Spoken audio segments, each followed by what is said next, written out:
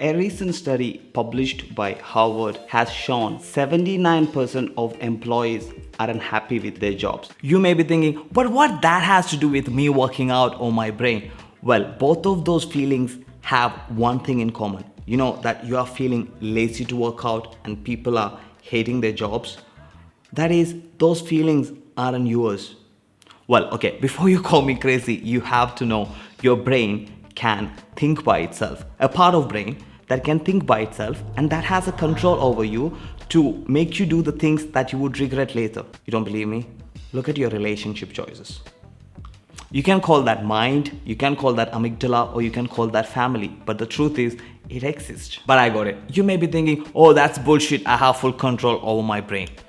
Okay, think about it. A recent survey said 84% of British men and 43% of British women would want to drink less. Now, if we have full control over our brain, what's stopping these British people from drinking less? Or even though we all know smoking is so bad for us and it kills nearly 450,000 people a year and it is one of the most preventable causes of death, still smokers have a hard time stopping it. Why? And why smokers aren't afraid of the fact no one wants to kiss them. You may say, oh, that's drugs and smoking is a whole different thing. When it comes to life, I have full control over my choices. Well, science would disagree. In a book called The Chimp Paradox by Professor Steve Peters describes the three parts of our brain which together form the psychological mind as human, computer and chimp. The human part of the brain is what we have direct control on, and the computer part of the brain is the one that works on an autopilot mode. You know, the part of the brain that sends signals to your body when your body temperature drops and asking the muscle to shiver, or when the sugar level drops, it sends the hunger hormone so you will eat, the one that keep you alive. And there is this part, the chimp. This is the part of the brain that has its own agenda, and the author describes the Although these three brains try to work together, they very frequently get into conflict and struggle against each other to gain control, with the chimp, the limbic brain, often winning.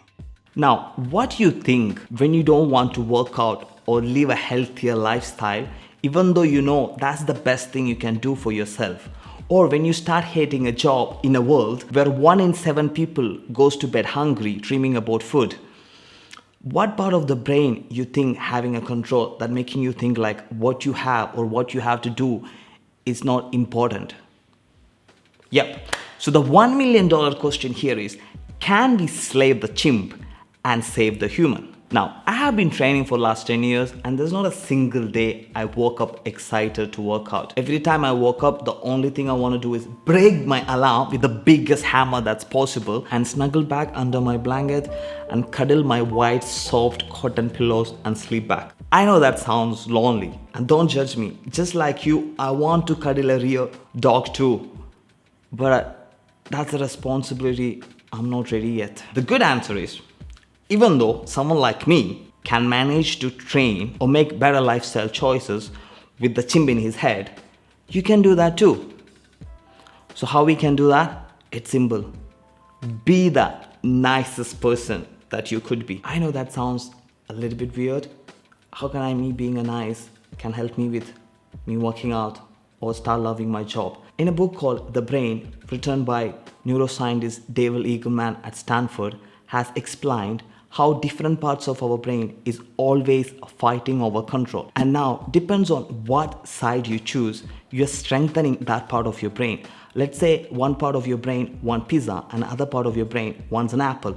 Now, if you choose the pizza, you're strengthening the part of the brain which wanted a pizza. And when there will be a conflict in the future again, the part of the brain will have a leverage on you because you chose pizza over an apple. It's not a theory. The changes are physically visible. Like you can literally strengthen and grow that part of the brain. You don't believe me? That's alright. It's where it's get fascinating. In one study, when neuroscientists from University College of London studied the brains of cab drivers, you may be wondering why cab drivers? Well, to be a cab driver in London, you have to pass an exam called the Knowledge of London. That may sound fancy, but this is one of the hardest exams that I ever heard of. Okay, this is how it goes. If you want to pass that exam, the cab drivers have to memorize 20,000 streets, 25,000 landmarks, and 360 routes, and which takes them 2 to 4 years. Respect, right? And here I am, who failed from 5th grade to 11th grade all the English exams because I couldn't memorize few pages of English textbook. So yeah, and the neuroscientists from London wanted to find out what effect this can have on their brain, and they were more interested in one particular region of the brain which called the hippocampus, the one that is vital for memory.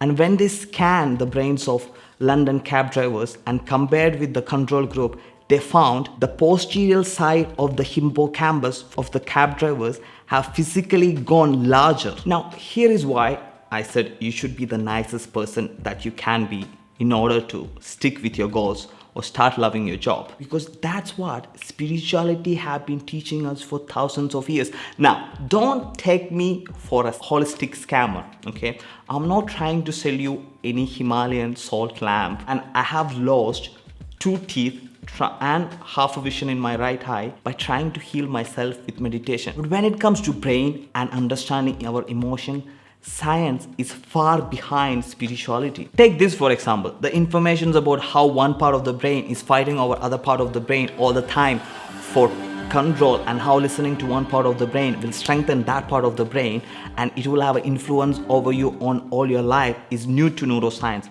Because until recently, science believed the brain will stop developing once we reach 25 years old. It wouldn't change. But now neuroscience knows that's not true. But spirituality have known this fact for more than 5,000 years. And I'm sure you have heard the story about a grandpa teaching his grandson what is life. And I know you're not in a mood for a story, but it's too late.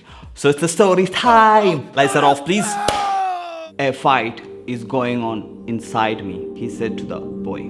It is a terrible fight, and it's between 2 wolves. One is evil. He is anger, envy, sorrow, regret, greed, arrogance, self-pity, guilt, resentment, inferiority, lies, false pride, superiority, and ego. He continued, the other is good. His joy, peace, love, hope, serenity, humility, kindness, benevolence, empathy, generosity, truth, compassion, and faith.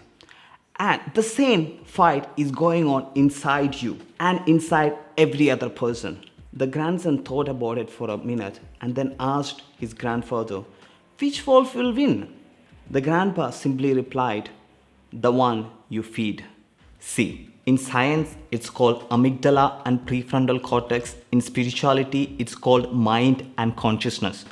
Call whatever you want, stand wherever you want.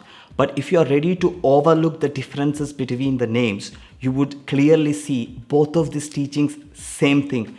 It doesn't matter you want to stay in your best health for the rest of your life, or you want to start loving your job from tomorrow. The only way you're going to succeed is by overpowering your chimp with your human side. The only way and the easiest way to do that is by being the nicest person you could be. I'm not saying spirituality is perfect, but I think that's the closest. Just being the nicest person would serve you the best, serve the world best.